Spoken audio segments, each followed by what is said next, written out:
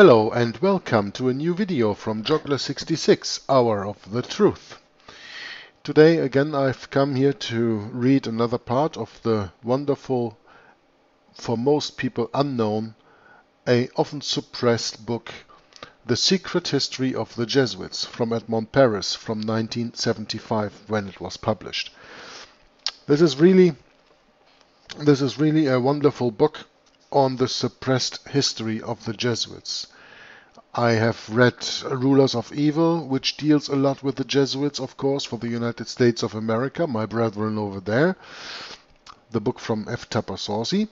And this one also deals with the Jesuits a little bit more in the European version, because Edmond Paris, or Edmond Paris, was a French author. Anyway, as you learned in the last part, there is a lot, of course, of the French view that he tells us about the secret history of the Jesuits. But now we are going into a more international realm, because we are dealing with the preparation years before World War I and then World War II, or the Second 30-Year War, as I like to call it.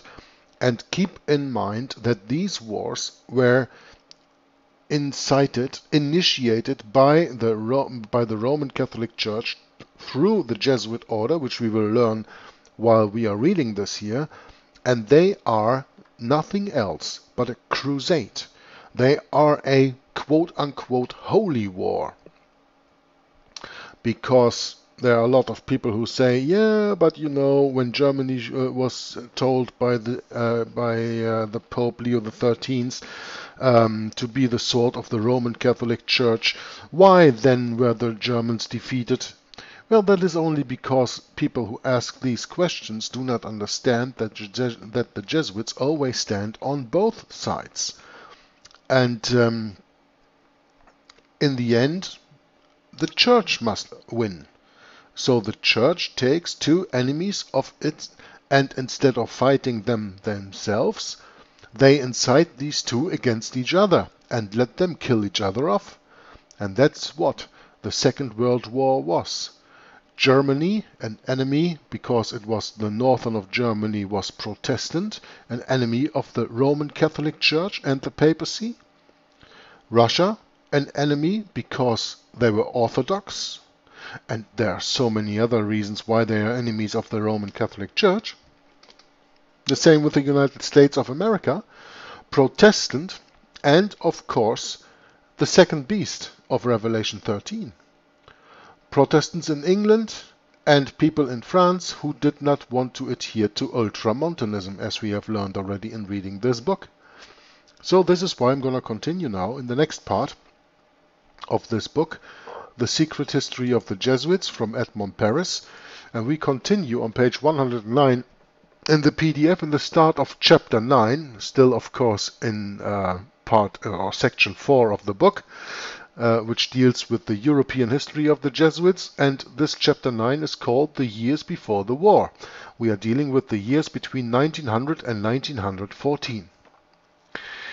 So, as wrote the Abbé Brugret, quote, "Under the image of Jesus crucified, divine symbol of the idea of justice, La Croix means the cross," that's a magazine, a newspaper in France, had passionately cooperated with the work of deception and of crime against truth, uprightness, and justice. Unquote. Yeah, of course, because La Croix is a Catholic newspaper, and they were, of course, also involved in the conspiracy of the Dreyfus affair that we read of earlier. Justice had nevertheless triumphed in the end, and the Abbé Frémont, who did not fear mentioning the sinister crusade led by Antichrist Pope Innocent III against the Albigenses, when referring to the affair, seemed to be a true prophet when he said, quote, "The Catholics are winning, and they think they will overthrow the Republic because of the hatred for the Jews. But they will, I am afraid, only overthrow themselves." Unquote. In fact, when opinion was enlightened, the reaction was fatal. Ranc had learned the lesson of the affair when he exclaimed, quote, the Republic will break the power of the congregations, or she will be strangled." Unquote. In 1899, a Ministry of Republican Defense was constituted. Father Picard, superior of the Assumptionists, Father Bailly, director of La Croix, and 10 other members of that order were brought to trial before the Tribunal of the Seine for breach of the law on associations. The congregation of the Assumptionists was dissolved. Waldeck-Rousseau, president of the council, declared in a speech pronounced at Toulouse on the 28th of October 1900, quote, "Dispersed but not suppressed, the religious orders formed themselves again. Bigger in numbers and more militant, they cover the territory with a network of political organization whose links are innumerable and tightly knit, as we have seen through a recent trial." Unquote. At last, in 1901, a law is passed ruling that no congregation can be formed without an authorization, and that those who do not ask for it within the legal time will be automatically dissolved. It will be these regulations, quite natural on the part of public authorities whose duty it is to check the associations found in their territory, which will be presented to the Catholics as an intolerable abuse. Quote, "A man's house is his castle," unquote, goes the saying, but the Church is not having any of it. The common law is not for her. No, the civil law is not ruling in the Church, because the Church, the Roman Catholic Church, outside of which there is no salvation as she claims, has her canon law, and the canon law of the Roman Catholic Church is above the civil law or the common law. Common law has no grip on the Roman Catholic Church. That is why, even today, pedophile priests will not be judged by our civil courts. That is why our prisons are maybe full of pedophiles but empty of priests. Even though all these pedophile priests should be taken to prison. Because they are working, quote unquote, working for the Church, and the Church says that the common law, the civil law, has no power over the spiritual law. They are outside of the law. And that, of course, is the basis, is the source of so much evil, especially in the Roman Catholic Church. Why? Because they all have carte blanche, don't you get it? When you are a member of the Roman Catholic Church, of the clergy, you have carte blanche to do whatever you want, because the normal laws do not apply to you. And you are under the protection of the Pope and of the Roman Catholic canon law, which stands above the common law. But let's continue. The resistance of the clerics to the application of the law would be enough to show how necessary it was. This resistance will only strengthen the government's attitude, especially under Minister Combes. And Rome's intransigence, especially when Antichrist Pope Pius the 11th succeeded to Leo XIII, will bring about the law of 1904, abolishing the teaching orders. Because it was Pope Pius XI and then later Pope Pius XII, so this is a printing error when here stands Pius I. Okay, that must read Pius XI. He succeeded Leo XIII, and Leo XIII is that Antichrist. I can show you a picture of him even if you want to. Leo XIII is that Antichrist that, according to the memoirs of the German emperor, who reigned in Germany between 1869, if I'm not mistaken, and 1919, sorry, the end of World War I. This Antichrist, Pope Leo XIII, told the emperor that he wants the Germans to be the sword of the Roman Catholic Church in the coming world wars. And that is recorded in the memoirs of the Kaiser, of the German emperor. Okay? So, when we read here about, almost a little bit casually, about Pope Leo XIII, Antichrist Pope Leo XIII, you should know what kind of a man he was. And that's the kind that I just told you. Okay, so we're gonna continue. After that, friction between the French government and the Holy See will be constant. Besides, the election of the new Pope was done in significant circumstances. Quote, Antichrist Pope Leo XIII died on the 20th of July in 1903. The conclave meeting to designate his successor gives, after several ballots, 29 votes for Cardinal Rampolla. 42 are needed to be elected. When the Austrian Cardinal Puschina stands up and declares that His Apostolic Majesty, the Emperor of Austria, King of Hungary, is inspired by you officially to exclude the Secretary of State to Leo XIII.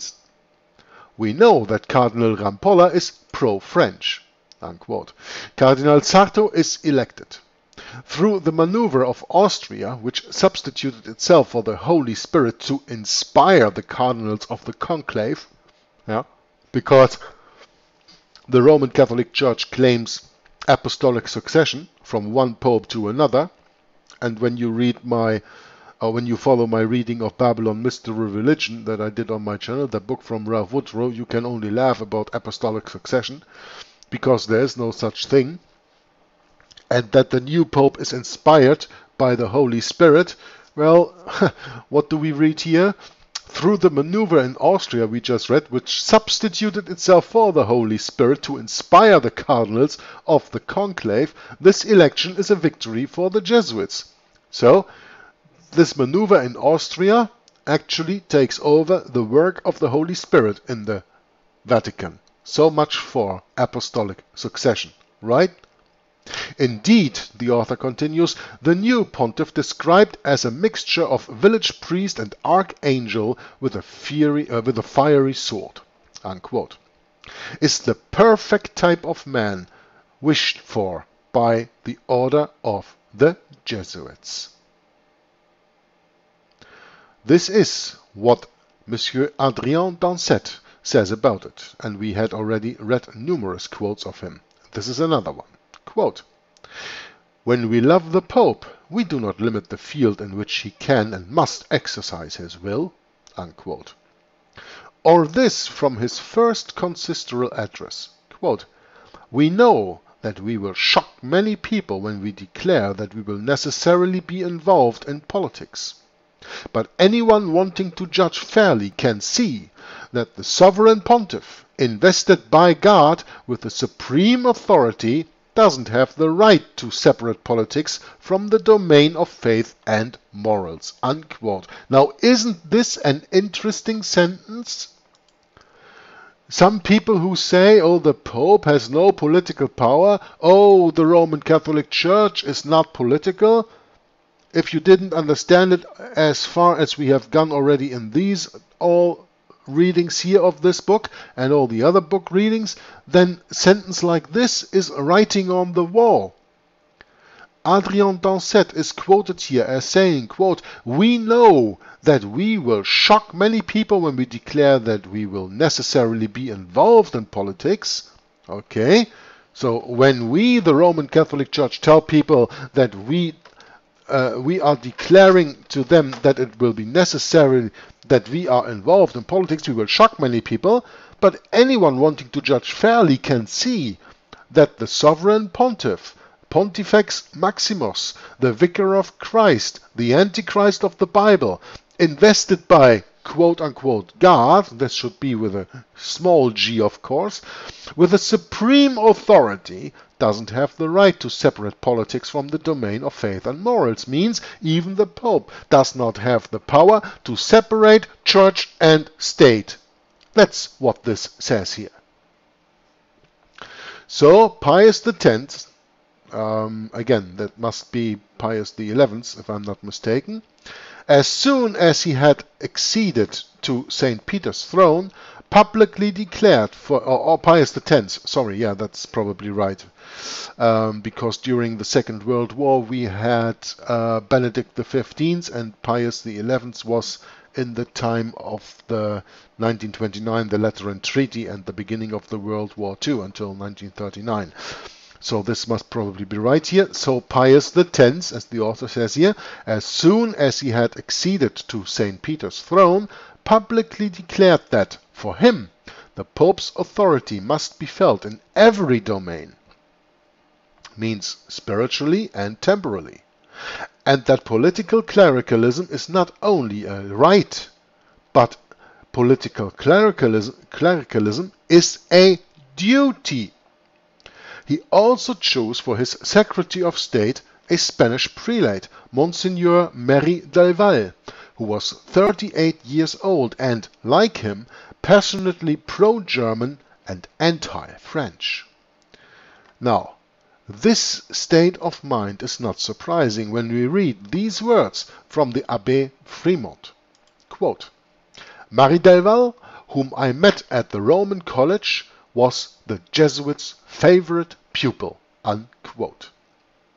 The relations between the Holy See and France soon felt the effects of that choice, because Merry del Val was pro-German and anti-France, or anti-French. Okay? First of all, it was the nomination of bishops by the civil power which brought about a conflict. Well, that's something that we have even until today.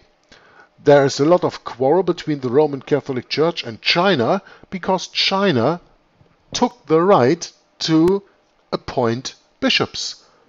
But only the Pope says that he has the right to appoint bishops. So there's a conflict. And that same conflict we have over here in France, because France never accepted the temporal power of the Pope, only the spiritual power. So France said we have a republic and we have the power to nominate bishops. Now follows a quote. Before the War of 1870, the Holy See learned the names of the new bishops only after they had been nominated. The Pope reserved the right, if one was not acceptable to him, to stop him being a bishop by withholding the canonical institution. In fact, the difficulties were enormous, as the governments under any kind of regime were careful to elect candidates worthy of the episcopal office. Unquote. As soon as Pius X was Pope, most of the nominations for new bishops were refused by Rome. Besides, the nuncio in Paris, Lorenzelli, was, as we are told by Monsieur Adrien Dancet, quote, a theologian who has gone astray in diplomacy and madly hostile to France. Unquote. Some will say, just another one added to all the others. Another one bites the dust. But such a choice for such a post clearly shows what were the intentions of the Roman Curia towards our country. This systematic hostility was going to show itself even more clearly in 1904, when Monsieur Loubet, President of the Republic, went to Rome to return the visit paid to him in Paris some time before by the King of Italy, Victor Emmanuel III. Monsieur Loubet wished to be received by the Pope also, but the Roman Curia produced a supposed invincible protocol. Quote, the Pope could not receive a head of state who, when visiting the King of Italy in Rome, seemed to acknowledge as lawful the usurpation of that ancient pontifical state. But there were precedents. Twice, in 1888 and in 1903, a head of state, and not one of the less important, had been received in Rome by the King of Italy and by the Antichrist, the Pope. Of course, this visitor was not the President of a Republic, but the German Emperor Guillaume II. The same honor had been given to Edward VII, King of England and the Tsar. The insulting intention of that refusal was evident and even emphasized by a note sent to the various chancelleries by the Secretary of State Mary Delvaux. A Catholic author, M. Charles Ledre, recently wrote this concerning the matter, quote, "Could the pontifical diplomacy ignore the decisively important objective which, behind the visit of President Loubet to Rome, was really taking shape?" Unquote. Of course, the Vatican knew about the plan to separate Italy from her partners of the Triple Alliance. Germany and Austria-Hungary, these two Germanic powers considered by the Roman Church to be her best secular arms. This was the very crux of the matter, and was, in fact, the reason for the Vatican's frequent bursts of temper. Other conflicts arose concerning French bishops considered in Rome to be too republican. At last, tired of the constant difficulties arising from the Vatican's infringements of the terms of the Concordat, the French government put an end on the 29th of July 1904 to relations which were made void by the Holy See. The breaking of diplomatic relations was bound to lead, soon after, to the separation of Church and State. "We find it normal today," wrote Adrien Dancet, "that France should maintain diplomatic relations with the Holy See, and that State and Church should live under the regime of separation. Diplomatic relations are necessary, as France must be represented wherever she had interests to defend, outside any doctrinal consideration.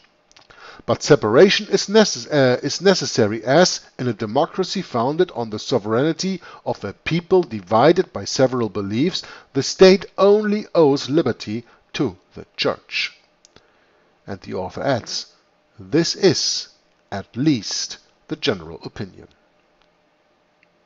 We can only agree with this reasonable opinion, without forgetting, of course, that the papacy will never endorse it. The Roman Church never stopped proclaiming her preeminence over civil history throughout her own history, and, for want of being able to impose it openly in recent times, she has done her best to implant it with the help of her secret army, the Company of Jesus. Besides, it was at the time that Father Werns, general of this order, Werns was a German general of the Society of Jesus in the beginning of the 20th century. This Father Werns wrote, quote, "The State is under the Church's jurisdiction, so secular authority is indeed under the subjection of ecclesiastical authority and has to obey." Now, isn't this a nice sentence by Father Werns, the Jesuit general, the Black Pope that we read here? Isn't that confirming what I said earlier and what I said in so many other videos, and which you always hear also when you listen to Tom Fress? And isn't this even the same that Martin Luther was already proclaiming in 1520 when he wrote the paper on the German nobility, the three walls the Romanists put around them? Yeah, one of the walls was that the Roman Catholic Church stated and this is what Luther wrote in 1520, that the Roman Catholic Church says that the spiritual power is above the temporal. And now we have Father Werns, the general of the Society of Jesus, saying, quote, "The State is under the Church's jurisdiction. So secular authority is indeed under the subjection of ecclesiastical authority," even though there's a little type fault, but it says authority, "and has to obey. The secular authority has to obey the ecclesiastical authority. So who is reigning your country, let me ask you? When you read this, and the Society of Jesus does not only rule in France and Germany, they also rule in the United States of America. And when the General of the Society of Jesus says here, secular authority is under the subjection of ecclesiastical authority, who rules your country? Do you really think that that puppet like Obama or Trump for the moment in the United States of America rules your country? No, he is just a puppet for the ecclesiastical authority behind him. When you go to my YouTube channel and you watch that video, they are laughing at you. You see that. When you go to my video series of Hour of the Truth, Donaldos Tramphius, you see that. Also in the United States of America, the spiritual power has the temporal power in subjection. And the civil power has to obey the spiritual power. Father Wern says this here in the beginning of the 20th century as the General of the Society of Jesus, the quote-unquote Black Pope, and that was so 500 years before when Martin Luther did that claim already, and that is still today in 2017. Wake up, people! When you do not know this church, study it, and then you will understand it, and then you know where all the atrocities come from. That's the point that I want to make. That's the point why we are reading the secret history of the Jesuits. You see, secret, it's not open. It's kept from you. Father Wern says this, but does he say that openly, and is that to read in every newspaper the next morning? No! But it is said to the people who rule, it is said to the people in the know, and it is published even in official Roman Catholic papers, but nobody ever reads that. Because, I rather read the newspaper, or I rather play with my cell phone, or I rather use my tablet for this and that, or I'm on social media, or I'm gonna watch football, or baseball, or basketball, or football, or Formula One, or Olympics, or I don't know, whatever they put in front of you, that you do not read these things, that you do not understand these things, and by that there is a secret history that rules our world, and you do not know it when you do not study these points.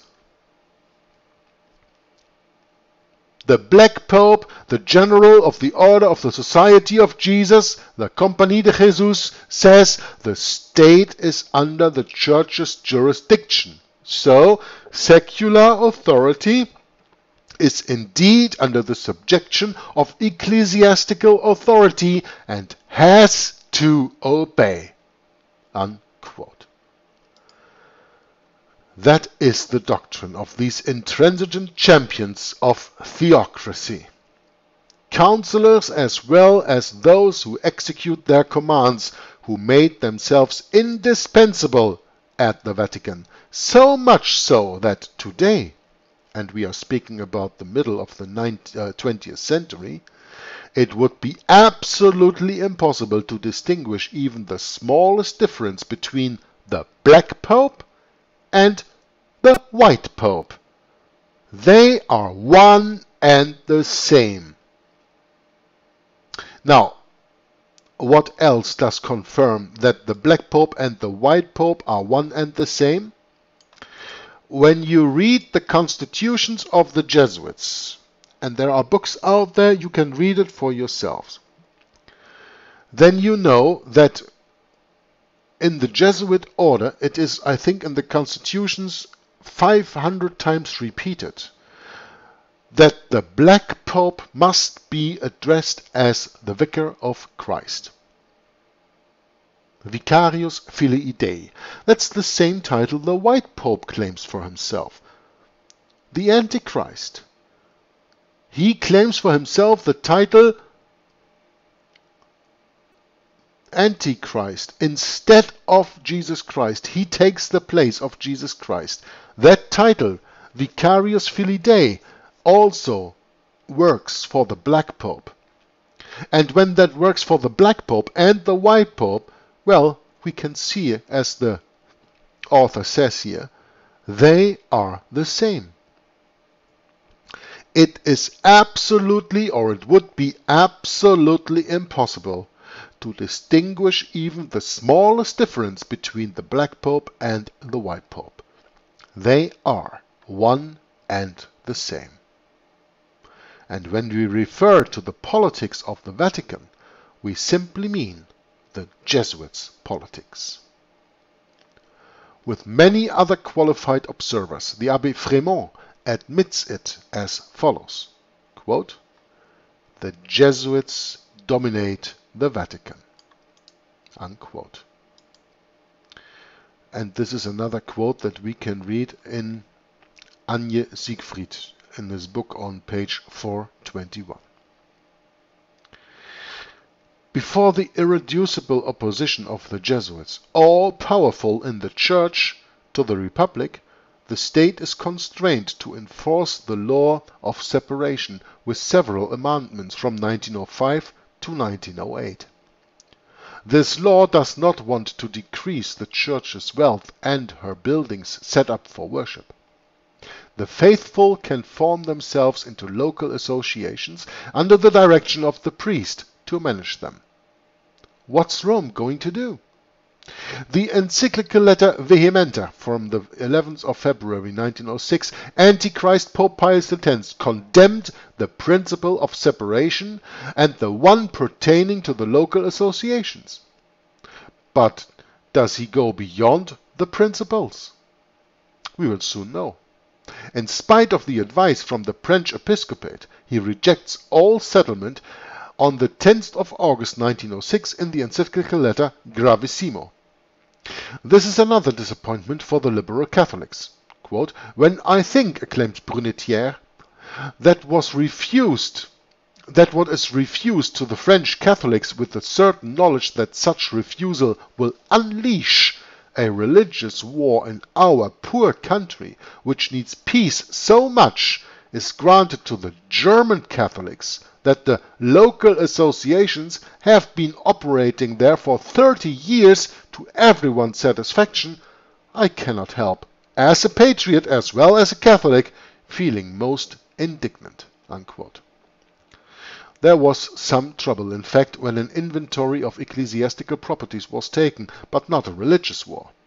Even though the Ultramontanes were stirring up trouble, the population as a whole remained calm when some of the Church's property were returned to the state by her rather than submit to the conciliatory measures laid down by the law. Did then the writer Brunetière understand fully the reason for that difference in which the French Catholics and the German Catholics were treated by the Holy See? The First World War was to reveal all the significance of it. While the Jesuits had effectually worked through the Dreyfus affair at dividing the French people and weakening the prestige of our army, in Germany they were doing the exact opposite. Bismarck, who himself had launched in the past the Kulturkampf, means culture struggle, against the Roman Catholic Church, was being loaded with her favors. Now, if you do not know who Bismarck is, I don't know if I showed him before in this book reading, let's take a look at a picture of Bismarck. Bismarck was the one, in Germany he was called der eiserne Kanzler, meaning the Iron Chancellor. And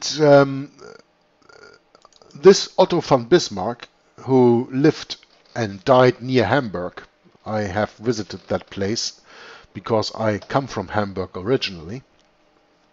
He was called the Eiserne Kanzler, means the Iron Chancellor. He was the one who formed the Second German Reich in 1871 after the war against France.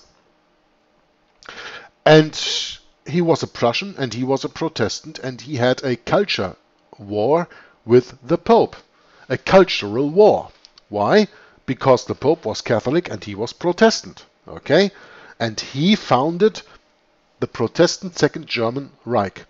Yeah? That Protestant Second German Reich was founded in 1871, and in 1872 he threw out the Jesuits, closed monasteries and cloisters and churches and Jesuit universities and everything else. Yeah? That was Bismarck, whom you see here in picture. And here's a memorial that stands in Hamburg of him. And here you have a picture of Bismarck and Pope Leo XIII in their, this is a caricature of course, of their culture struggle. And here you have the first paparazzi photo ever made, and that is Bismarck in his deathbed. He is dead at the moment that this picture is taken. Yeah? So when we are speaking here about the Kulturkampf, the culture camp, or the culture war, Bismarck himself, who had in the past launched the culture war because he went to war against Rome, he went to war against the Antichrist, has been loaded with her favors. This is what we are told by the Catholic writer Joseph Rowan, who also explains it. Quote, Bismarck will be the first Protestant to receive the quote-unquote Order of Christ with jewels, one of the highest honors of the Church.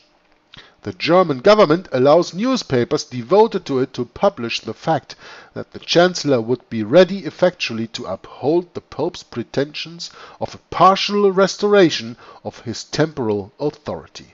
Unquote.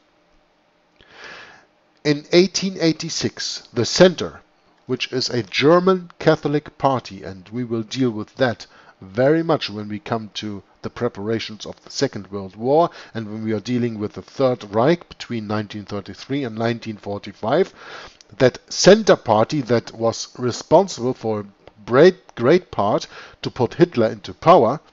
In 1886, a quote says here, the Center German Catholic Party was hostile to the military projects presented by Bismarck. Antichrist Pope Leo XIII intervened in the German interior affairs in favor of Bismarck. His Secretary of State wrote to the Nuncio of Munich, quote, in view of the approaching revision of the religious legislation which, as we have reasons to believe, will be carried out in a conciliatory manner, the Holy Father wishes that the Center, the Roman Catholic German Party, promote in every possible way the projects of the military. Unquote. This is what Joseph Rowan has to say. Quote, German diplomacy intervenes. It is already an old habit at the Vatican to make the Pope exercise his influence over the Centrum Catholic Party so as to favor the military projects. The German Catholics are going to speak about the great political mission of Germany, which is, at the same time, a universal moral mission. And another word for universal is Catholic.